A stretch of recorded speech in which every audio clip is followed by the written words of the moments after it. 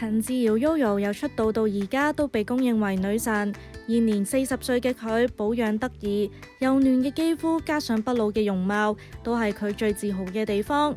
Yoyo 嘅養生心得確實係有一套嘅，佢呢日就拍片同大家分享咗個好好嘅穴位，佢就係乳濟穴啦。乳濟穴喺邊呢？其實就係喺太陽肺經手掌呢一個，撳落去可能會覺得有啲酸痛，穴位就係嗰度啦。平時如果有咳嗽或者氣管敏感，可以試下按呢個穴位，佢就覺得好好，佢覺得氣管放鬆咗，咳嗽亦都變少咗。喺疫情嘅情況下，大家都要好好保護我哋嘅肺部啊！